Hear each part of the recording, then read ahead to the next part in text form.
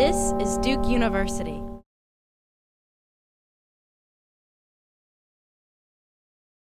So welcome everybody. It's great to have you all here. Now let me introduce Paul to you. Yes, some of you have seen his resume, but I first met Paul when he was running an organization called LISC, the Local Initiatives Support Corporation, which he ran for some 12 years. Before that, he got his start. He was telling me working in the mayor's office when Kevin White, who is a legendary mayor of Boston, was the mayor, and got hooked on politics, got hooked on cities, and got hooked on doing things about cities. He is, over the course of his career, he's not only worked for the mayor of Boston, he not only ran LISC, which I'll say a word or two about in a minute, but after LISC, he was recruited to go to Harvard to be in charge of Harvard's government relations and community relations. And it was from that position that he was recruited to be the president of the Boston Foundation. During his time at LISC was a really unusual organization. I don't know whether he will want to say any more about it, but it's one of the great organizations the foundation started because it was started by the Ford Foundation by legendary program officer there, Vice President Mike Sviridoff, who had the vision, asked himself the question, why is it that poor people without means can't get money around the country in order to build homes, to start businesses, and to start organizations? And the answer that he came up with was, the reason is that the people with the money, the financial institutions and foundations and others in government, don't know who's creditworthy or not. And so he started LISC as an organization that specialized in determining the creditworthiness of potential borrowers. And that organization started with a $25 million grant from the Ford Foundation. It was so successful, it basically leveraged billions of dollars from the government, the Department of Labor, from financial institutions and others over the course of its life. And he can elaborate that if he wants to, but he may want to talk about other things as well. In any event, he came to he's a graduate of Williams College. He's a graduate of the Harvard Graduate School of Education. And his work at the Boston Foundation has been informed by his passion for cities. I didn't mention the fact that he wrote a really wonderful book called Comeback Cities, documenting how cities can in fact come back from states of decay and a lot of out-migration. He did it jointly with our colleague here, Tony Proscio, who is Associate Director of the Center. He then went on to the Boston Foundation, and one of the reasons that I'm particularly eager to have Paul here, this is his second visit here, is that I think that the Boston Foundation is celebrating its 100th birthday this year. He tells me, while it is true that the Cleveland Foundation got started earlier, they were very slow in reaching the point of making grants. And so they ended up being the Boston Foundation, though it was started a couple of years after the Cleveland Foundation, actually was the first community foundation in the country to start making grants. And it says something about the speed with which some foundations get going. Ever since Paul took over the Boston Foundation, it has been characterized not only by speed, but by thoughtfulness. And it's 100 years old. It's done everything, some of the things that it's done, you will recognize the names, though you may not be from Boston. I mean, it was one of the early funders of WGBH television, which pioneered Julia Child and French cooking. It also ran the Eleanor Roosevelt's American Perspectives, started on television there. It has started any number of important local institutions, along with others, obviously, but it was a catalyst for it. Everything from the New England Aquarium, the Boston Harbor, to the, you almost name it, many of the many organizations that we know of, like City Year, for example, Strive, and others that started in Boston, and the Boston Foundation was there at the very beginning. from my point of view, what's really important about Paul is that he's taken a foundation with a great record and taken it further than it was before, doing all kinds of things with public policy, running experiments like comparing the effectiveness of charter schools, randomly controlled experiments that can be, where they were really trying to prove a point. And then when one of the experiments didn't work out very well, he called a press conference and said, "We think you should know that this thing failed." There are not many foundations that will do that kind of thing. So it's a guy with vision, with deeply rooted in the cities, problems of cities, knowledgeable about politics. And I'll close his introduction with just one thing. One of the most important things that he did that he told me about years ago was when he became the vice president of Harvard for government relations, he discovered that the mayor of Boston and the Harvard president had never met after 5 years in being in office together. And he worked it out immediately. He said, this is obviously not the right circumstances to get things done. And so he made the introduction, and the rest is history. He was a great success. So in any event, Paul, welcome. It's great to have you here. Well, Joel,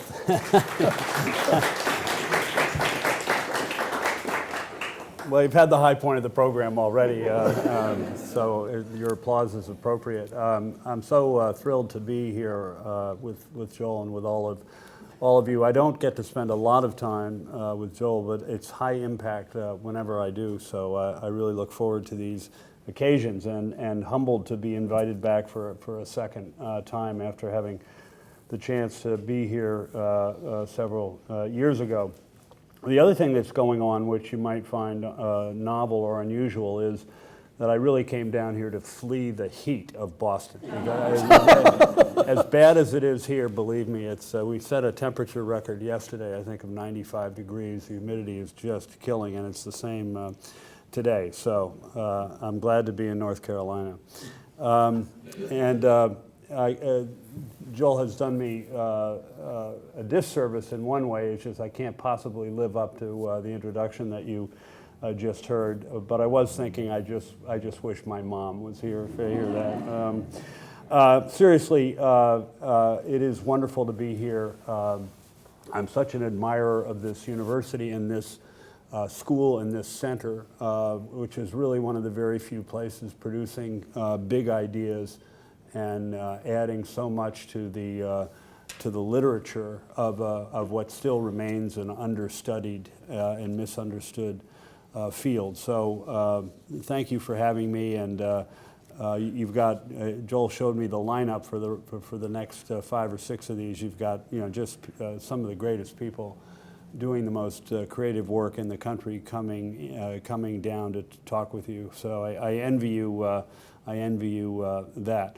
I think what I'd like to do is, since I am going to be the only Community Foundation person in the program of seminars this year, I think I do want to spend most of my time talking a little bit about the Community Foundation experience, some reflections on our history, but some thoughts about where this could go. I do think these are terribly important institutions that have just incredible potential. And it's a good time for me to try to think a little bit about this because we are in our, literally in our 100th anniversary. The official 100th was reached, I think, just day before yesterday when the papers were actually filed to create this foundation. And as Joel said, it was not the first, but we have discovered in the context of the considerable research we've done in connection with the centennial that we were the first to make a grant.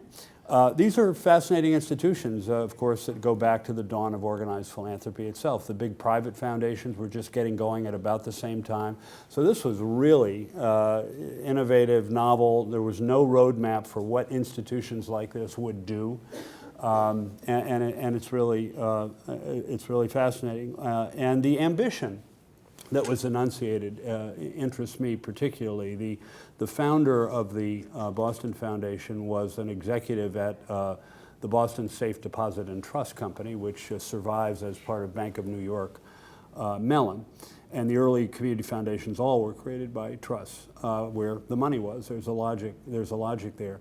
But if you read the early literature, the letters, the documents, it was very clear that part of what this was was an idea that philanthropy could be much more impactful than it was. And at the time, of course, most philanthropy was in the form of relief of suffering in some direct way. But the idea of strategy, even using the word strategy, or that philanthropy could be a force to improve society in a systematic way, was really quite novel. But they were very articulate. Certainly the founders of the Boston Foundation, which was called then the Permanent Charity Fund, were very eloquent in enunciating that. And of course, what was going on in the country, it was at the tail end of a 40-year period of tremendous tumult in the country, 1880 to 1920, when the doors for immigrants were thrown wide open. The country was industrializing and urbanizing very, very rapidly, and the major cities doubled and tripled in size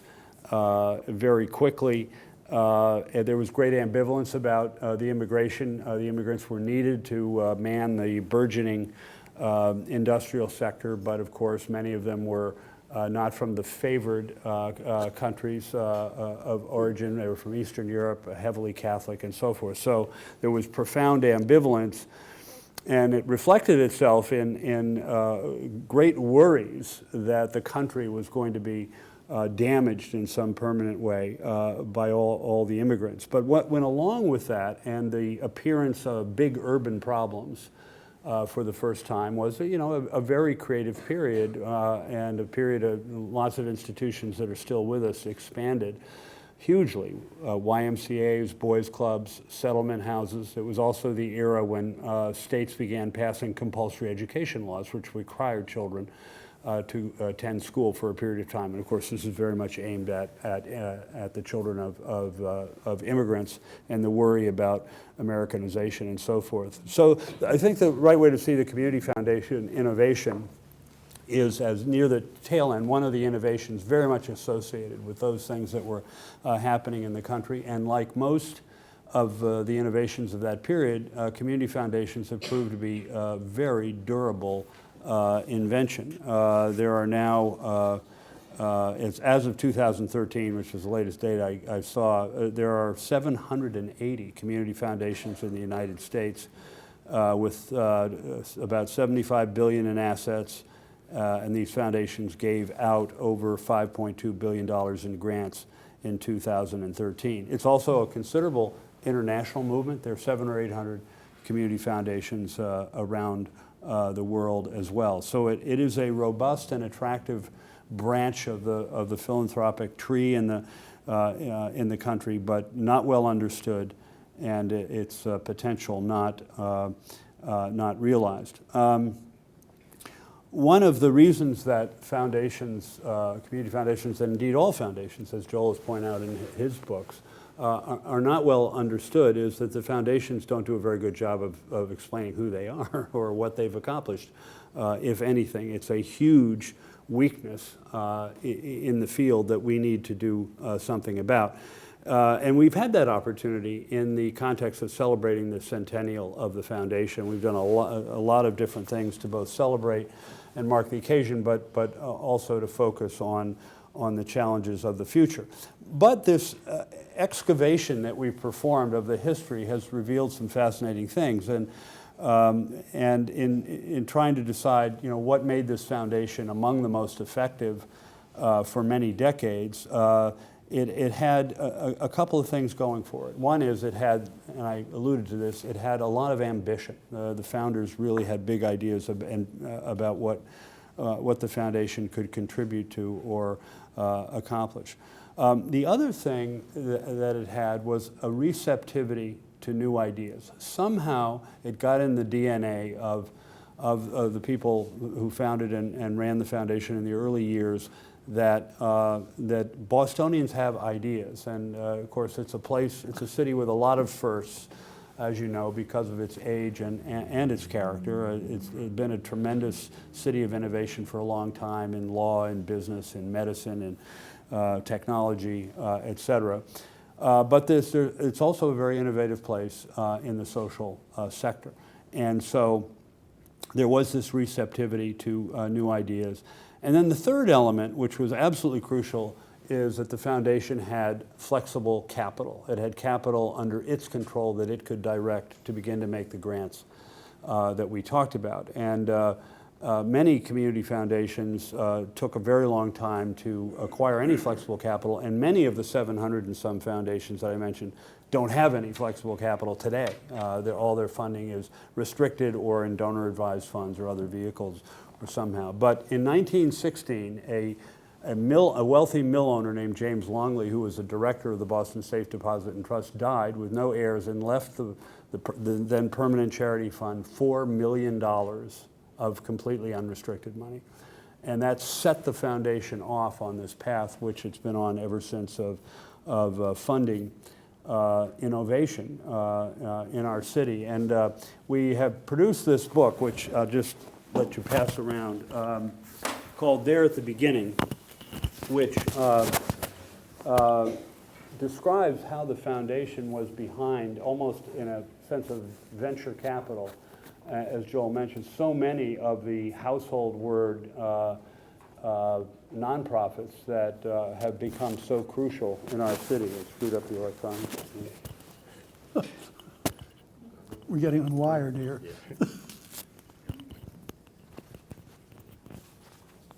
Now you have to repeat everything you just said. Going back to your mom. Yeah.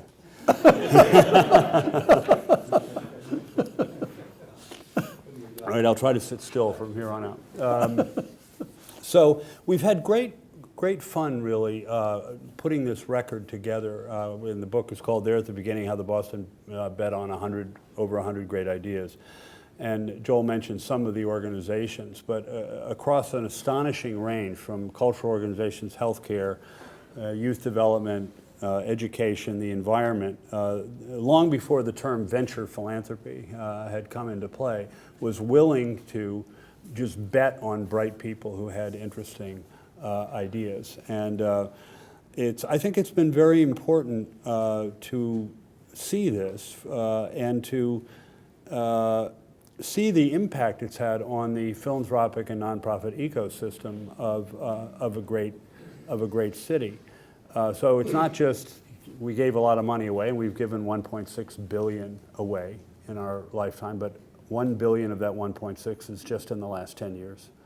So we've given a lot of money, but it's not just the money, it's the distinctive role that the Boston Foundation played that no one else plays, of being willing to make these kinds of informed bets on talented people. And the results of that have been just staggering. And Boston today, one manifestation of it, and City Year, although City Year is a little older, figures in this.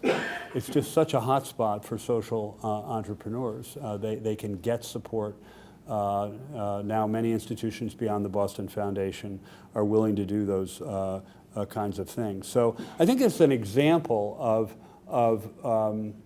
a successful effort that we're making to recover an identity for the foundation that's terribly important, that was kind of lost or not really well understood. And this is really, we're on a roll with this. I mean, it's resonated with people, because you can imagine all the people who are connected in some way with one or more organizations that the Boston Foundation set in motion. So there's this tremendous constituency, ready-made constituency of appreciative people who, wow, I didn't know that, and now I do.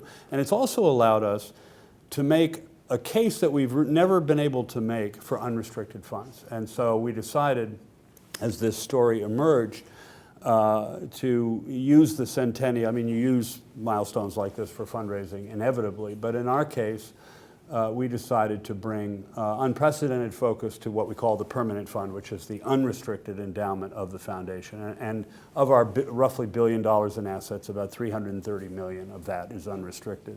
You know, it's under great strain. We're saying no to people who have great ideas, and we don't want to do that. And so we're making the case to the community that if you think these attributes are important to have in the philanthropic ecosystem of flexible capital, receptivity to new ideas, a willingness to bet on unproven but promising ideas and people, you know, lots of things change. Won't we always want those attributes in our town? Can we imagine a time when that wouldn't be consequential?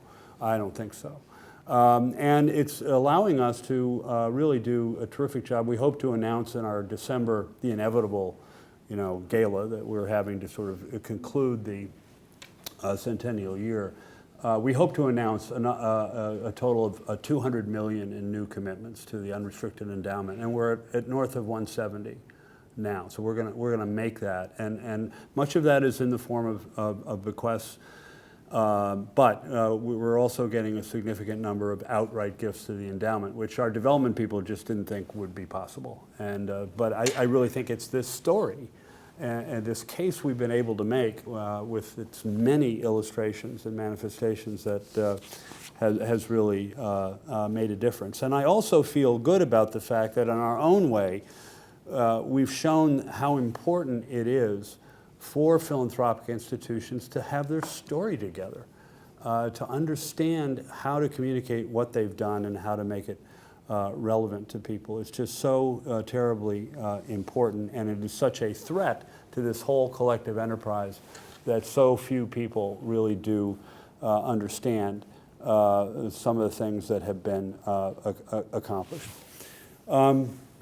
Moving beyond the bicentennial, I wanted to, I guess, give you a kind of a status or a progress report on the sort of the new model of a community foundation that we have attempted to create in Boston.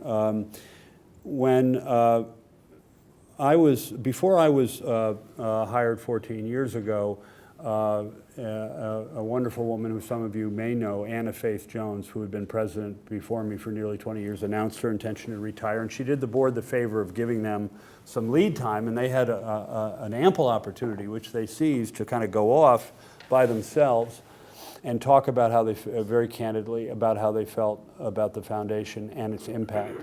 And as Joel said, the Boston Foundation within the community foundation world has been an icon for a long time, long before I got there. It was within that world a widely admired and justly admired for some of the reasons we're talking about. And the easiest course for a board of directors of a successful and perceived to be successful organization to keep it going. And they didn't do that. They asked some very hard questions, and to the question, is the Boston Foundation all it can be? Are we having all the impact we could have? Was, at least by a substantial fraction of the board, their answer was a resounding no. And the reason they felt that way was that the foundation the culture of the foundation was to be quiet and behind the scenes, not to put itself forward in any way, not to be visible. Part of that was kind of the decorous Brahmin heritage of the foundation, but a lot of it also was Anna, who did incredible things. But she was not a public person. Really thought if there was going to be attention paid in this world, it ought to be focused on grantees, and the Boston Foundation didn't need to be known. This group on the board that really kind of prevailed in terms of what they were going to be looking for in the future, they felt very differently. They felt that there were ways to have impact beyond grant making, that civic leadership was in decline in Boston, and here's this permanent institution with resources, and at least among those who know it, its reputation is very good. Why couldn't it be part of helping this community define and act on the challenges that it faced, and be much more visible, and be willing to put itself forward in a very different way? And they came together behind a, inchoate but nevertheless compelling idea for this kind of change. And then they went looking for someone who they thought could help them, and that, luckily for me, however. Luckily for them too. Well, I was asked to take this on and really given a mandate to make radical changes in the foundation, and we have proceeded to do that. And it was very important that we do it because I did my own confirmation of what the board had come to worry about, the invisibility of the foundation. I went on the inevitable listening tour that anybody who takes a new job like this goes on, had hundreds of conversations around the city about the Boston Foundation, and it was shocking the obscurity into which the foundation had really sunk, even though it continued to do great work. I had people active, philanthropically active, involved citizens say to me, I've never heard of the Boston Foundation, or I don't know, I've heard about it, I don't know what it does. Oh yeah, is that a branch of city government? I mean, I was just, I had just really, tremendous confirmation that the foundation was in obscurity. And one of our directors said during this whole process, if we want to have an impact, if we want to attract resources, if we want to make a difference, how does it help us that nobody knows who we are or what we're doing? And they were in effect saying that while humility is an admirable personal quality for an institution that's trying to grow and have an impact and make a difference, it's really a disconnect. And so the decision was made to rapidly change the culture and elevate the foundation in a very different way. And the components of this, one way to think, if I think about how to develop a shorthand for what this is, what we've really done is created a think tank and grafted that to the foundation. And so joining the philanthropic stewardship, the fundraising, and the granting is a set of other functions that create, in effect, new tools in the toolbox to, with grant making, with stewardship, can make a bigger difference. And the components of that are, first of all, data and research. We saw an opportunity for the foundation to kind of begin its more visible role as a player in helping the broader community understand what was going on. And we had this wonderful gift of something called the Boston Indicators Project, which had been developed at the foundation, again, without a lot of attention paid to it, but in the new game plan, it loomed very large. And this was one of the first civic indicators projects in the United States, indeed in the world. It's been widely copied. The inventor of it, Charlotte Kahn, now retired, has been flown all over the world presenting this thing. It's a tremendous resource that is tracking key data and synthesizing key data in Boston all the time. And it was a ready-made platform for a broader research function, and a creation of a part of this new identity would be the Boston Foundation is going to be providing a lot of data, and we're going to be willing to pull stories out of the data, and we're going to pull people together to talk and debate about what's happening. And on that platform, we began to commission additional discrete pieces of research on different topics that bore on issues that we were concerned about, or things that were being suggested by the Indicators Project. And we've all had the experience of participating in studies that go on a shelf and nothing ever happens, and that's the last you see of them. And we were determined that that would not be the case, at least most of the time. And so we thought hard about distribution systems for the research and the data that we were going to be producing. And one of the things that came out of that was the creation of what has become a very highly regarded program of public forums under the banner of Understanding Boston. We do about 20 of these a year, and just fortunately they caught on with leaders in the community who started showing up to these things. And they're now, every one of these things is packed. And depending on the topic, can guarantee you will have the senior people from state and city government, from the private sector, will come to these forums, will participate, will be receptive. And they've just become a very live way to extend the life of findings of research and data. We also made the decision to, as I said, to raise the visibility of the foundation and to actively cultivate relations with the media.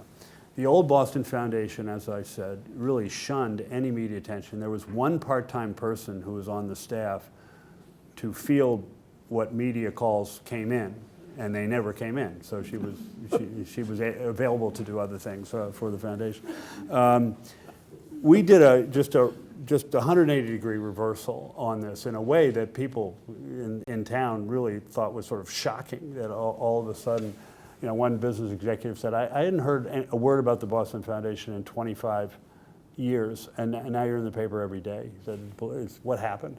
But it was a very conscious decision. Again, if we want to be influential, we want this great work that is being done in the Indicators Project and the other research to have a life, to have more influence. And so we became an organization that actively courts media attention, and we did the work of building tremendous relationships with the newspapers, with the radio stations, and now, of course, social media comes into much bigger play. But in Boston, people, the leadership still reads the Boston Globe just about every day, and if you have the Globe behind you, it makes a huge difference. Similarly, if you're all over public radio in Boston, makes a huge difference. And so we started to get some real lift from the media, and fortunately, we were able to persuade the media to believe our stuff, that this wasn't, we're not throwing curveballs, we're not doing spin, we're putting this out and it's valid. And so... it's all based on data, on evidence. Yeah, exactly. So you can imagine what that's worth to basically have the makers of public opinion in the town believe your stuff. And therefore, when you do get into the advocacy part, which I'll come to in a moment, we've had the Globe behind us on major legislative campaigns, and it's made a huge difference, even though they, like all great newspapers everywhere, are suffering and trying to figure out a viable future. So the media thing has been huge for us, and obviously it had a lot of staffing implications. And the biggest staffing implication was we had to create a unit of the foundation, a skillful public affairs unit that would oversee the research program, the forums, the visibility, and the public policy work. And that's really, in a general outlier scenario, the level of involvement we've had in public policy really puts us out on the fringes. But in talking about that we weren't doing philanthropy as an end in itself anymore, or just to support the wonderful grantees that we have in town, we're doing this to try to help the community solve some really tough issues. That's what this is about. And that's how we ought to be looking at it. And if you look at the roster of issues that we care about that have to be addressed, we couldn't find one that didn't involve the public sector in a really serious way. And so this whole idea that you can change the world and not engage with the public sector, that a lot of people in philanthropy still have, you just marginalize yourself, in our view. And so our board authorized us to selectively and obviously on a nonpartisan basis to begin to get directly involved in public policy efforts. And in the last decade or so, we have done that, and we've done it by forging coalitions, by producing timely data, by working the press, and we have been able to get some surprising results. Again, across a very broad spectrum of issues, from housing to economic development, school reform, community college reform, healthcare reform. Really, and most of the legislative wins we've had were at the outset implausible. Just looking at the political construct that you face, you never get this done. The community colleges are untouchable. You never do it, et cetera, et cetera. But our approach was, well, you never really know until you push on the door, and sometimes they swing open, even though the myth was that they were locked. And a great illustration of that is that, sadly, I'm not happy about this given my own politics, but we found ourselves on the other side of some big battles with public employee unions in Boston and in Massachusetts, who unfortunately were just against all the best ideas we thought were available for school reform, and against all the best ideas for an affordable health care plans in municipalities. And as you all know, Massachusetts is almost entirely Democrat, even though we periodically, and we've done it again, elect Republican governors. Public employee unions are, among the most important components of the Democratic Party's constituency, and our legislature is completely dominated by Democrats. So you go into these things. How could it possibly be done that you could get something over the dead body of organized labor, which we've done a number of times? And it's surprising that you can do it, but you can do it. And bringing the elements to bear that I talked about, of the visibility, the research, forming coalitions. This is another thing that we didn't have an idea about at the outset, which is that the foundation could be kind of the home base or kind of supply kitchen for temporary coalitions that were pursuing a particular objective, where you want to get civic, business, community people involved, but you don't want to ask them to join a permanent board or give make an open-ended commitment where they really don't know how much time this is going to take.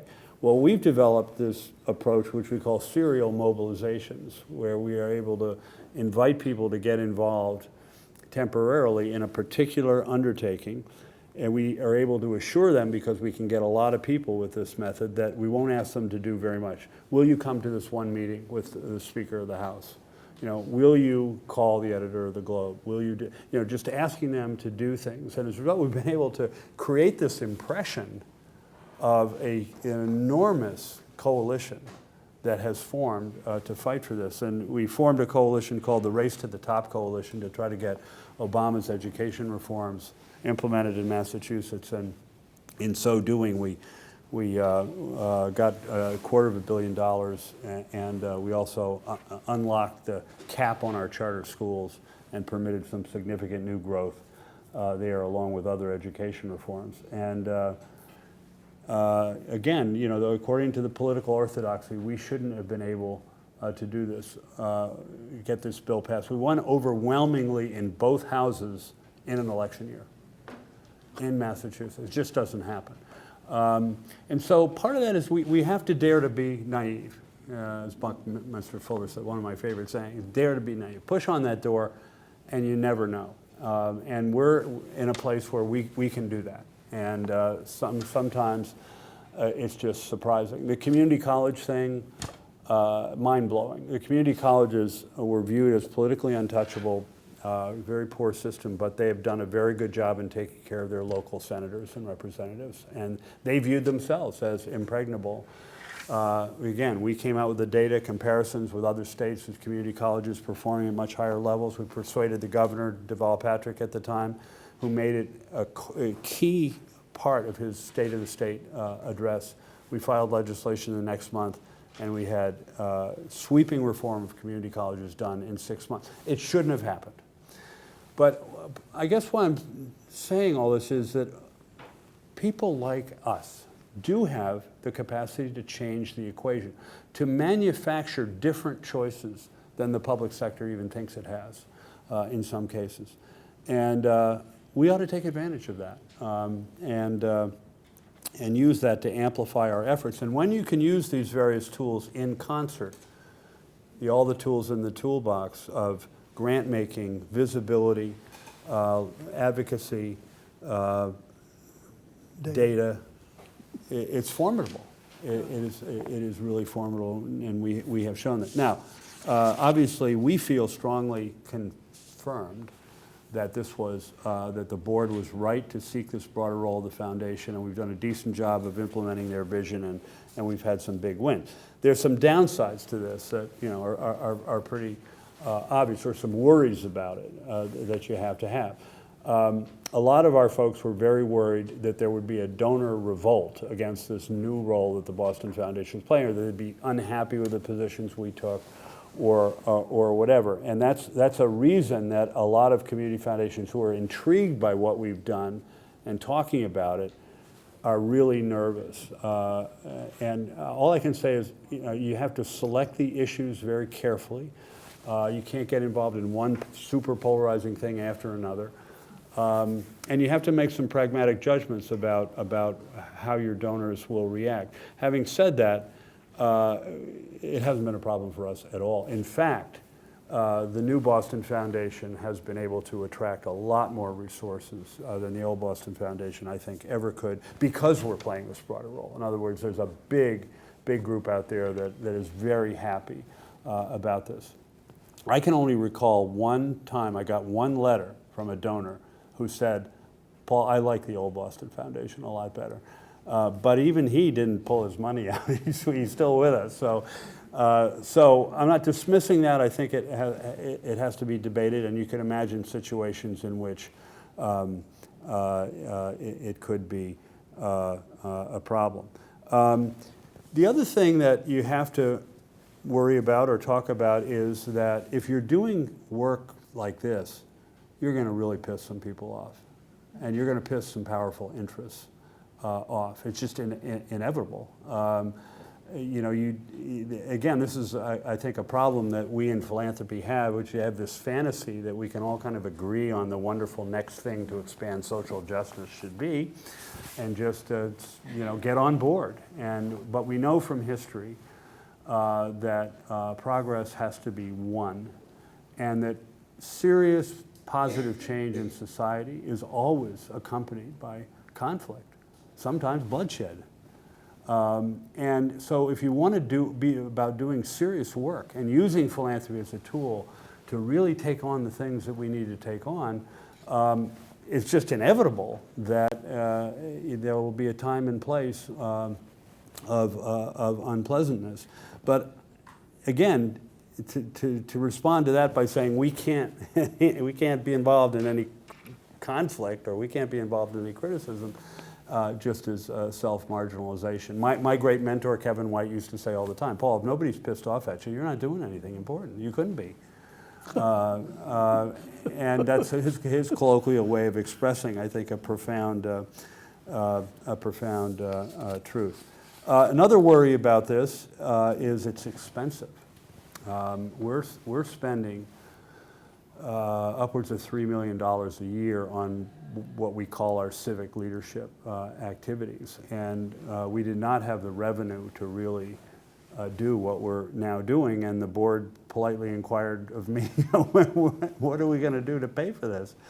And we live in a brutally competitive market. As you know, donor-advised funds are very important, and you know, we're in the hometown of Fidelity and all the rest. So you know, earnings are tight. If it's any comfort to you, the Fidelity's moved its headquarters here. Right, I'm aware The of gift that. fund, in any event. Yeah, the gift fund is here now. That's right. At any rate, we decided to see if we could actually raise money directly from the public for this set of activities.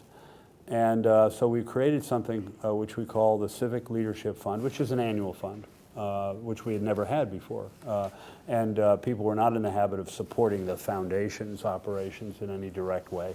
It was all fees on assets and some fundraising that we did. And we had absolutely no idea if we could raise a nickel.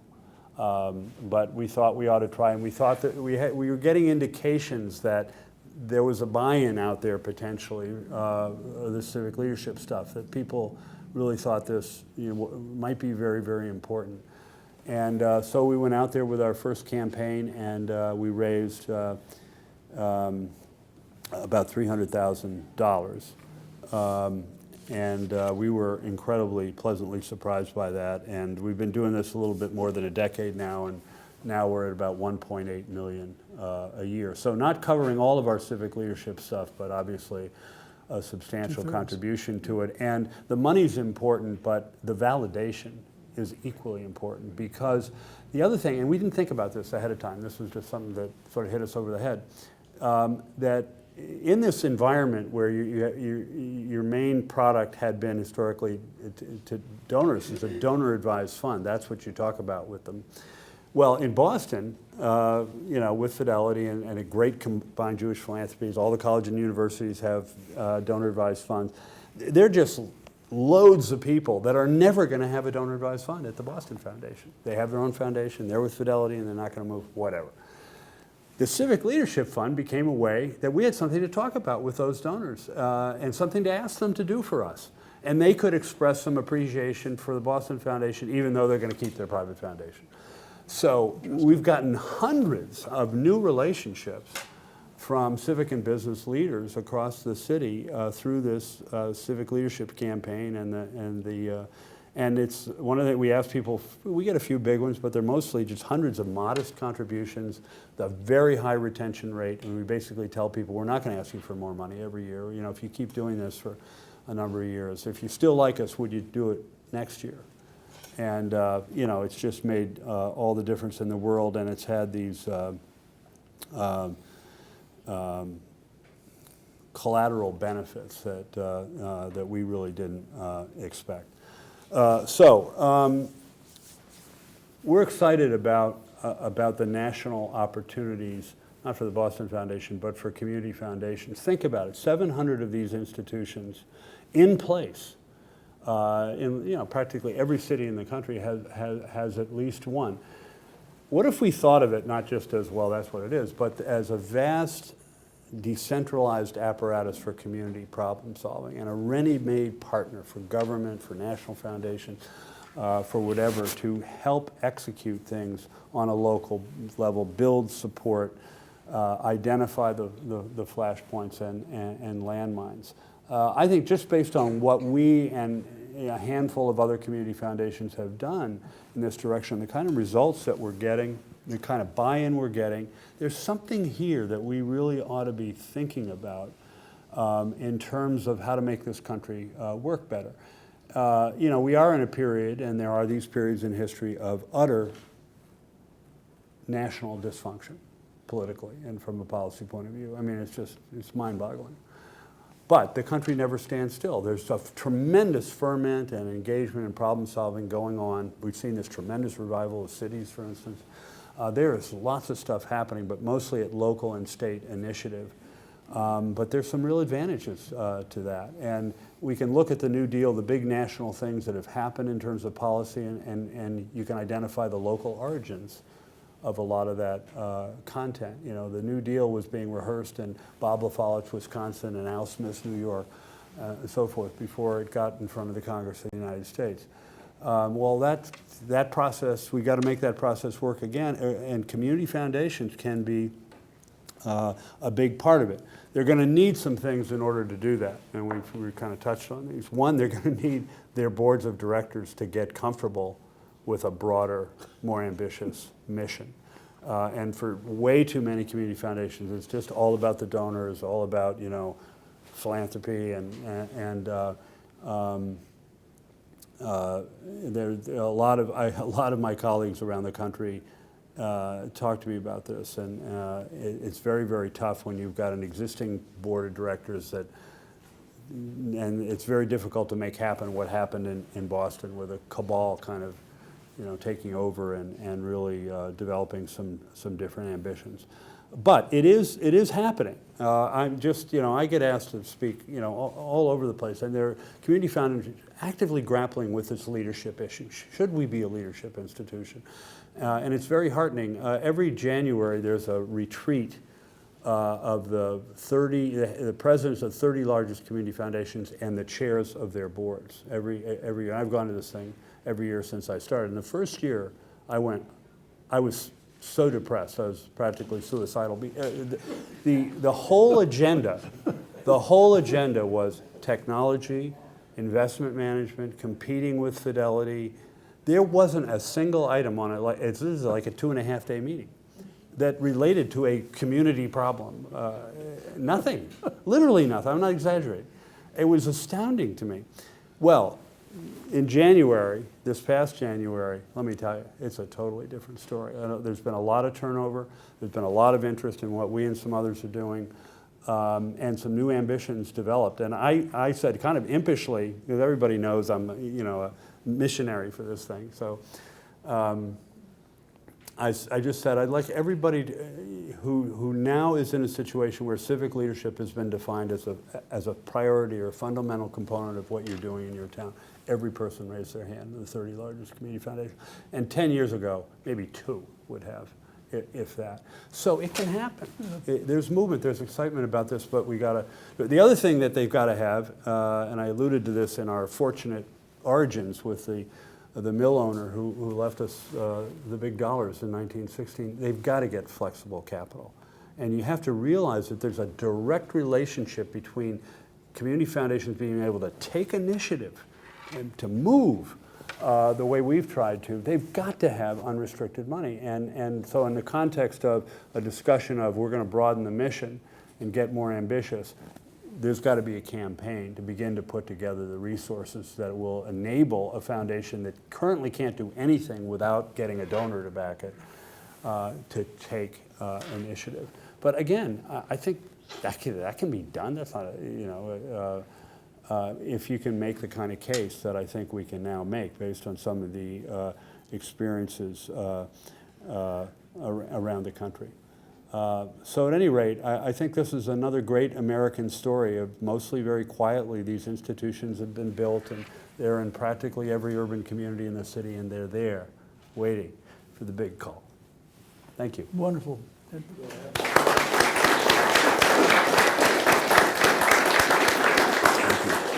You know, Paul, one of the most highly visible things, and I think about impact of community foundations, the thing that first leaps to mind is the cleanup of Boston Harbor and the Save the Bay effort, which was sparked by the Boston Foundation, right?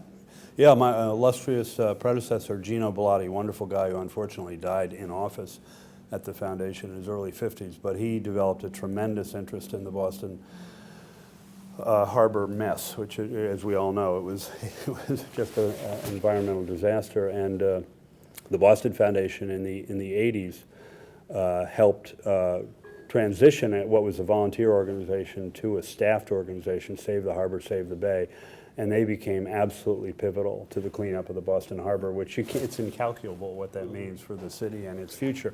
And it either wouldn't have happened or wouldn't have happened for decades, absent their work and the work of another organization, the Conservation Law Foundation, that we did not found, but we funded them, and those two organizations together absolutely made it happen in federal court finally. In another area, didn't the Boston Foundation play an important role in the founding of the community health system? Yes, Boston, one of our great, it's a great town for medicine, as you all know. But one of the things you may not know is that we have made probably the biggest commitment of any city to neighborhood health centers. And they just are a critical part of the direct care delivery, particularly in low-income communities. We have more than 20 of them. And most of them got their startup seed capital from the Boston Foundation, most of them. So that's just, again, been a tremendous thing for the city that it'd be hard to calculate what that has meant. I have one final question to you, then I'll turn it open the floor for questions. Your remark about getting flexible capital to community foundations around the country that want to do this led me to wonder, is this something, can the money come from national foundations as well as from local foundations? I mean, I'm mindful of the fact, for example, that the Ford Foundation gave this area the seed money that started the Tribal Community Foundation.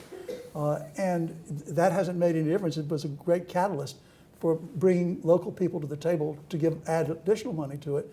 I'm wondering, some of the foundations, Ford has done the same thing in other places, and this is a great opportunity, it would seem to me, for Ford to help the community foundation leapfrog some of the problems. Yes. Right, and you just imagine if a group of the national foundations, say the group that's in the Detroit thing, decided to put out a series of challenges. Yeah. Matching challenges to raise really unrestricted money. As I said, the result of that would be just tremendous in terms of dealing with the sort of imposed passivity of some of the community foundations because they don't have the flexible capital. And I tried to persuade the Knight Foundation to do that in the Knight cities. But what they didn't do that, but what they did do was offer support for data efforts in community foundations. Like the indicators? Yeah, and that has, it's a good thing to do, and it lines up with, Knight's interests and so forth. But it would be great if you got, as an urban strategy, to empower these institutions to be players in their communities. God, it's just, it's waiting to happen. So questions from anybody? Floor is now open.